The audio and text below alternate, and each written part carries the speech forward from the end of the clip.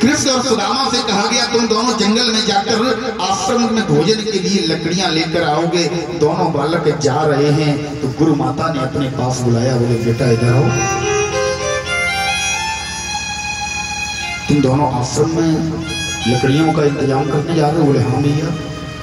बोले बेटा जब आश्रम से तुम दोनों जाओ तो हमसे कुछ खाने के लिए सामग्री लिए जाना, तुम्हें सांझ हो जाएगी, सांझ तक आते आते तुम्हें भूख लगेगी तो कुछ सामग्री मेरे पास रखी है वो मैं तुम्हें दे दूंगी। आज माता ने दो छोटी छोटी पोटलियां बनाई, दोनों पोटलियों में थोड़े थोड़े चने आश्रम में पड़े हुए थे, बांध दिए और रख दी कि सुदामा और कन्हैया जिस समय जाएंगे इन्हें दे देंगे। उसी समय आश्रम में दुर्वासा ऋषि का आगमन हो गया। दुर्वासा ऋषि आश्रम में आए, बाहर आकर आवाज लगाई, माताम भिक्षाम देही, भिक्षाम देही माता भिक्षाम देही। माता ने मन में विचार किया, आज दुर्वासा ऋषि को भिक्षा देने के लिए हमारे पास कुछ भी नहीं है सिवाय इन दो पोटलियों में रखे चनों के अलावा। अगर ये चने मैंने दुर्वासा ऋषि को दे दिए तो हमारे दोनों बालक दिन भर भूखे रहेंगे। कृष्ण और सुदामा क्या खाएंगे? महाराज दुर्वासा ऋषि से मैया ने कह दिया, बाबा आज आश्रम में कुछ नहीं है, आप अगली बार जब आओ तो निश्चित हम आपको भिक्षा देंगे। दुर्वासा ऋषि ने विचार किया, इतना बड़ा आश्रम, इस आश्रम में कुछ खाने को नहीं होगा क्या? योग माया से देखा चने की दो पोटलियां सामने नजर आ गई। अच्छा भैया तुमने मुझ ब्राह्मण को, तुमने मुझ सन्यासी को वो चने दान में नहीं दिए, मुझे मेरी भूख नहीं मिटाई, तुमने उन दो बालकों के लिए चने रखे। क्रोधी महात्मा है, श्राप दे दिया, बोले इन चनों को जो भी खाएगा, जो भी इन चनों को ग्रहण करेगा वो इस संसार में सबसे बड़ा गरीब हो जाएगा। उसके पास उसका पूरा जीवन भिक्षा मांगते निकल जाएगा। जिस प्रकार मैं भिक्षा यापन करता हूं वो भी भिक्षा यापन करेगा, वो भी भिक्षा मांगेगा। महाराज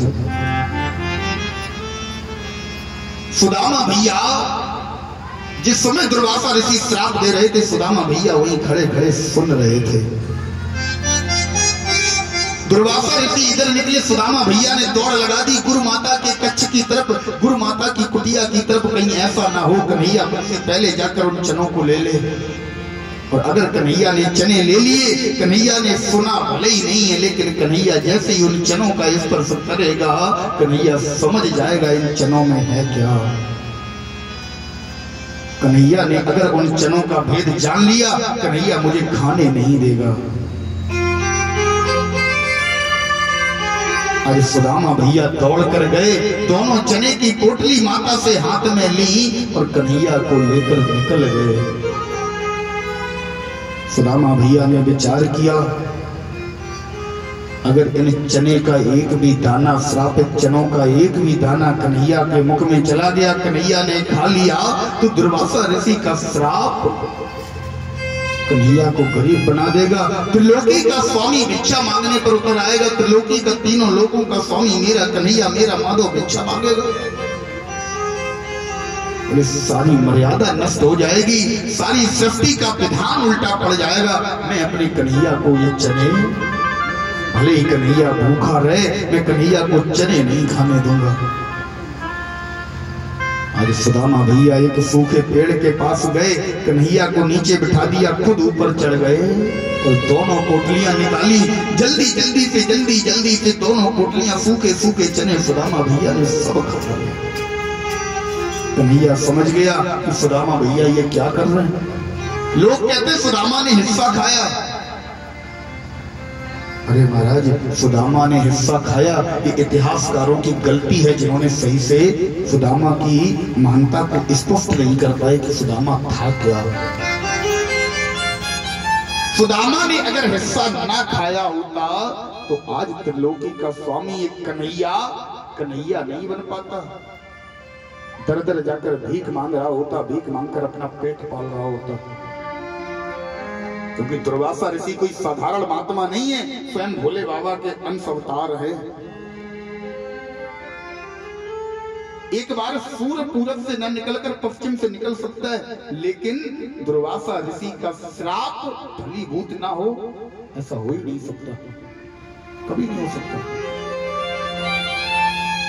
सुदामा भैया वृक्ष पर बैठे बैठे चने खा रहे हैं। कन्हैया ने कहा, सुदामा मैया ने कुछ चने दिए थे, वो चने कहाँ हैं? अब सुदामा भैया मुंह में चने भरे, बोले हूँ कन्हैया, वो चने तो मैंने सारे खा लिए। कन्हैया ने खरी खोटी सुनाना शुरू कर दी, यही आदत है मेरे माधो की, जब तुम इसकी तरफ जाओगे ये तुम्हें और लज्जित करेगा और तड़पाएगा। सुदामा भैया भलाई कर रहे हैं, सुदामा भैया अपने मित्र के बारे में सोच रहे हैं। कन्हैया बड़ी बुरी सुना रहा है, बोले सुदामा तुझे लज्जा नहीं आई, तू मेरा भी हिस्सा खा गया। महाराज आज समय के प्रभाव से श्राप फलीभूत हो गया। सुदामा भैया गरीब हैं,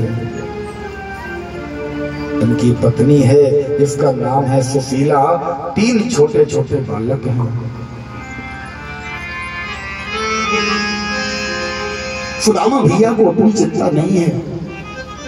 5 घरों में भिक्षा यापन करने जाते हैं, 5 घरों में भिक्षा मांगते हैं, कहीं से कुछ मिल गया थोड़ा बहुत तो अपने पेट के लिए नहीं रखते हैं, लाकर पत्नी को दे देते हैं। पत्नी बेचारी रूखा सूखा थोड़ा बहुत बनाकर बच्चों को खिला देती है। महीने बीत गए, दोनों प्राणियों ने अन्न का दाना ग्रहण नहीं किया। महीने बीत गए। महाराज सुदामा भैया की पत्नी हाथ जोड़कर कहती है, स्वामी मुझे अपनी परवाह नहीं है, हमारे जो घर में 3 छोटे छोटे बालक है ना, छोटे छोटे बालक, मुझे अपनी परवाह नहीं है। महाराज मैं तो पानी पीकर किसी भी प्रकार से अपने पेट की आग को शांत कर लेती हूँ। जब ज्यादा भूख लगती है, पेट दर्द करता है तो पेट पर कपड़ा बांध लेती हूँ। लेकिन स्वामी जो हमारा बड़ा वाला बालक है उसे भी मैं जैसे तैसे समझा देती हूँ। तो छोटे वाले 2 बालक है ना, ये महाराज दूध मांगते हैं तो अभी तक अपने घर में चावल थे, मैं चावल को पीसकर पानी में मिलाकर दूध बनाकर उन्हें पिला देती थी, लेकिन अब चावल भी नहीं बचे। स्वामी अब तो कुछ करो, अब कुछ नहीं करोगे तो निश्चित ही एक दिन हम अपने बालकों से प्राण दो बैठेंगे, हाथ धो बैठेंगे। हमारे दोनों बालक हमें छोड़कर चले जाएंगे, ज्यादा दिन तक ये 3रा बालक भी नहीं रुकेगा। स्वामी मैं अपने लिए नहीं कह रही, हमने सुना है तुम्हारा एक मित्र है कन्हैया, क्या तुम उसके पास नहीं जा सकते? सुदामा भैया स्वाभिमानी हैं। सुदामा भैया कहते, सुशीले तुम कैसी बात कर रही हो? अगर आज मैं कन्हैया के पास जाऊंगा तो कन्हैया कहीं ये विचार ना करे कि सुदामा ने बचपन में मुझे गरीब होने से बचाया, सुदामा ने मेरे ऊपर श्राप फलीभूत नहीं होने दिया, इसलिए सुदामा अपने उस एहसान का बदला लेने आया। केवल सुदामा की वजह से सुदामा ने सारे चने खा लिए तो सुदामा गरीब हो गया। अगर वो चने मैं खाता तो मैं गरीब हो जाता। सुदामा ने मेरी रक्षा की, सुदामा ने मुझे बचाया, ये सुदामा का एहसान है। मैं उस एहसान का बदला लेने, उस एहसान का मूल चुकाने में कन्हैया के पास नहीं जाऊंगा सुशीले। लेकिन कन्हैया भी सोचता है, सुदामा देखता हूं तू कब तक नहीं आएगा, जब तक मैं मजबूर हूं मेरे प्यारे, क्योंकि मेरा एक विधान है, मैं किसी भी भक्त के लिए खुद दौड़कर नहीं जाता जब तक वो भक्त मुझे पुकारता नहीं है, जब तक वो भक्त मेरे लिए भाव नहीं बनाता है।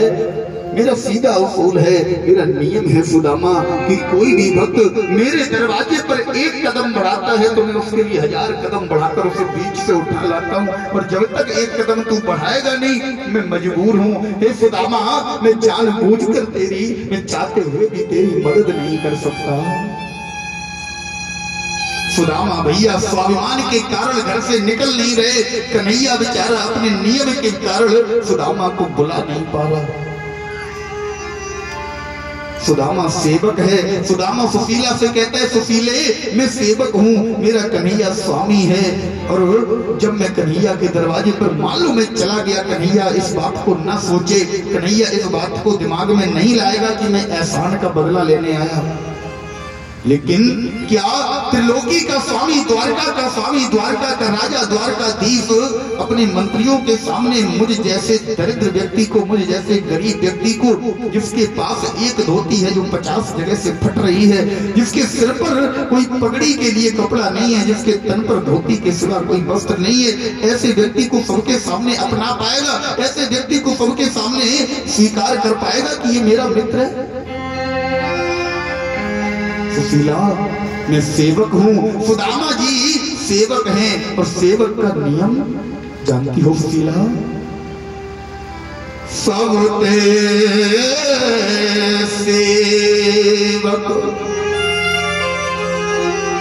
धर्म कठोरा। सेवक धर्म सबसे ज्यादा कठोर है, सेवक से बड़ा कोई धर्म नहीं है। सुदामा जी के हृदय में महाराज स्नेह उठता है कन्हैया के प्रति, कन्हैया के प्रति प्रेम उठता है। प्रेम कहता है, सुदामा कन्हैया के दर्शन करने चल। 30 वर्ष हो गए तूने कन्हैया के दर्शन नहीं किए, कन्हैया को देखा नहीं। स्नेह कन्हैया को देखे बिना नहीं रहने देता, और संकोच कन्हैया को देखने के लिए घर से निकलने नहीं देता। घर से निकलते हैं तो संकोच सामने आ जाता है। बोले सुदामा, वो कन्हैया तुझे कैसे स्वीकार करेगा? वो सबके सामने क्यों उसकी बेइज्जती कराएगा कि उस त्रिलोकीनाथ कन्हैया का एक मित्र सुदामा है? ये संकोच है सुदामा जी के हृदय में, और स्नेह बार बार सुदामा जी उठकर बाहर निकलने की कोशिश करते हैं। ये स्नेह आ रहा है बार बार हृदय में कि सुदामा किसी भी प्रकार से एक झलक कन्हैया की मिल जाए, एक बार कन्हैया सामने आ जाए, कैसे भी एक बार उसके दर्शन हो जाए। 30 वर्ष हो गए उसे देखा नहीं है। ये स्नेह है माधव के लिए सुदामा के हृदय में। अरे सुशीला बार बार कह रही है, कन्हैया इधर तड़प रहा है, सुदामा इधर तड़प रहा है, लेकिन बीच में भक्त और भगवान की लड़ाई में महाराज पिस कौन रहा है? सुशीला और सुशीला के बच्चे। भक्त प्रभु में देखो छिड़ गई,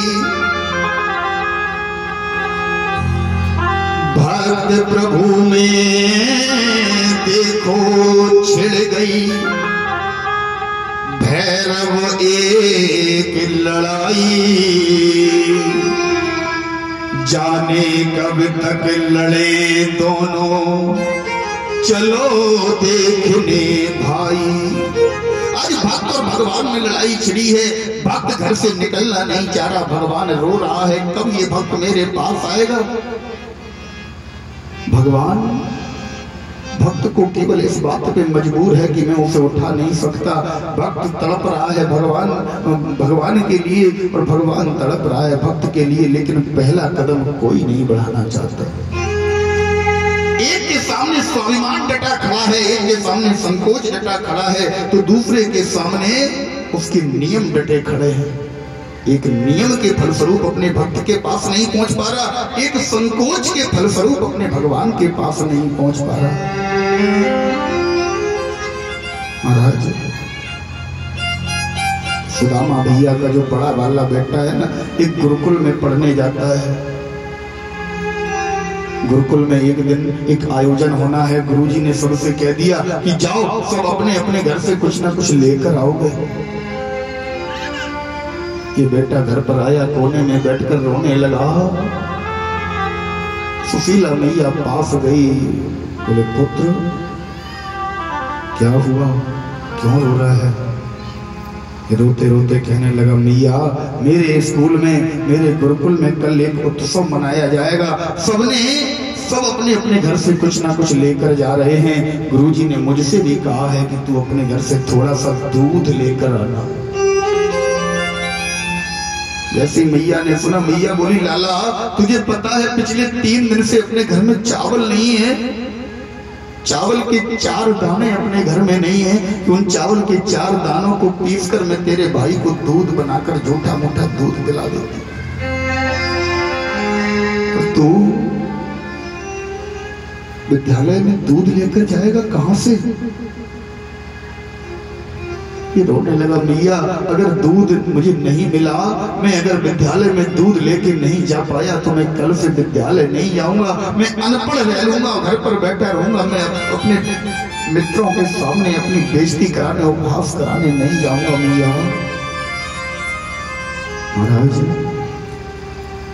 ये व्यक्ति, ये बेटा बैठा है, विचार आया मन में, मैया से रोते रोते पूछता है, मैया क्या अपना कोई ऐसा मित्र नहीं है, क्या अपना कोई ऐसा रिश्तेदार नहीं है, क्या मेरा कोई ऐसा काका ताऊ नहीं है जो मुझे एक छोटा सा गिलास कल के लिए दूध दे दे? मैया को एकदम विचार आया, बोले बेटा तेरा एक रिश्तेदार है जो 2.25 लाख कईयों का मालिक है, 2.25 लाख कौए जिसके पास हैं, अगर तू उससे मांगने जाएगा तो एक गिलास तो क्या वो तुझे इस संसार में जितने दूध की जरूरत है सब दे देगा। बालक ने पूछा, मैया वो मेरा है कौन? भैया ने कह दिया, लाला वो तेरा चाचा है। कहाँ मिलेगा? उसका घर कहाँ है? लाला उसका घर तो बहुत दूर है, लेकिन तू प्रेम से प्रकट जहां पर भी उसे पुकारेगा, उसे आवाज लगाएगा, वो वहीं आ जाएगा, तेरे सामने खड़ा हो जाएगा। लाला जहां पर खड़े होकर तू आवाज लगाएगा। आज ये बालक घर से निकला, दूर जंगल में जाकर खड़ा है, चारों तरफ देख रहा है। जंगल में जाकर इसने आवाज लगाई, कन्हैया चाचा, कन्हैया चाचा, कन्हैया चाचा की जैसे ही आवाज लगाई, साहब मेरा माधव एक छोटी सी घुटने तक की धोती पहनकर, सर पर सुंदर सी मोर पंख वाली पगड़ी, बगलबंदी पहनकर, हाथ में एक छोटी सी छड़ी लेकर सामने प्रकट हो गया। लाला ने जैसे ही कन्हैया चाचा को देखा, चरणों में लेट गए, बोले मेरे कन्हैया चाचा आप ही हो? कन्हैया चाचा ने बालक को गोद में उठा लिया, बोले हाँ लाला तेरा कन्हैया चाचा मैं ही हूँ। क्या चाहता है, क्यों मुझे बुला रहा था? बोले चाचा मेरे विद्यालय में कल एक उत्सव है, मेरे गुरुजी ने मुझसे दूध लाने के लिए कहा है। चाचा मेरे घर में चावल के दाने भी नहीं है जो मैं झूठ मूठ कर दूध बनाकर विद्यालय लिए जाता, मुझे थोड़ा सा दूध दे दो। मेरी मैया कहती है आपके घर पर 2.25 लाख गौएं हैं, थोड़ा सा दूध मुझे दे दो चाचा। आज कन्हैया चाचा ने अपना अच्छे पात्र माया से प्रकट किया, इस बालक के हाथ में रख दिया, थोड़ा सा दूध उसमें पड़ा है। बोले लाला ले इस अच्छे पात्र से तू जब तक इसे दूध डालता रहेगा, ये दूध निकालता रहेगा, इसमें दूध खत्म नहीं होगा। आज वो बालक विद्यालय में आया, जैसे ही उसने अच्छे पात्र से दूध विद्यालय में रखे बर्तन में डालना प्रारंभ किया, महाराज विद्यालय के सारे बर्तन भर गए। गुरुजी समझ गए ये अच्छे पात्र है, सुदामा भैया को बताया, सुदामा भैया के घर पर पता चला, सुशीला मैया को पता चला। अब सुशीला मैया ने जिद पकड़ ली, बोले स्वामी हमारा कन्हैया हमारे लिए खुद तड़प रहा है, हमारा कन्हैया हमारी मदद करना चाहता है, हमें इस संकट से उबारना चाहता है। स्वामी अब मेरी आपसे एक प्रार्थना है, स्वामी भटकना छोड़ो, स्वामी द्वार द्वार का भटकना छोड़ो, स्वामी द्वार द्वार का, जाना ही घर स्वामी तो फिर जाओ द्वार का।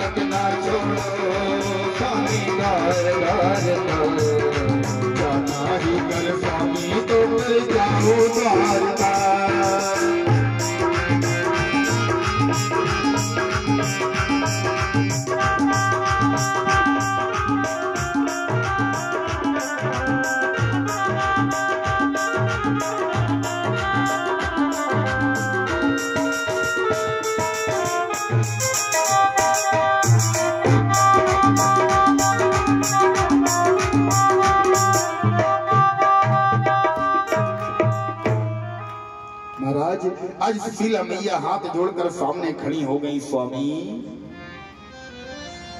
भटकना छोड़ो स्वामी, द्वार द्वार का, इसके द्वार पर कभी उसके द्वार पर कभी इसके द्वार पर भटकना छोड़ दो स्वामी, मत भटको, एक द्वार पर भटको, एक द्वार पर जाओ कि जाना ही कर स्वामी तो फिर जाओ द्वारका। हमें को भरोसा हरि द्वारका, हमें को भरोसा उस हरि द्वारका,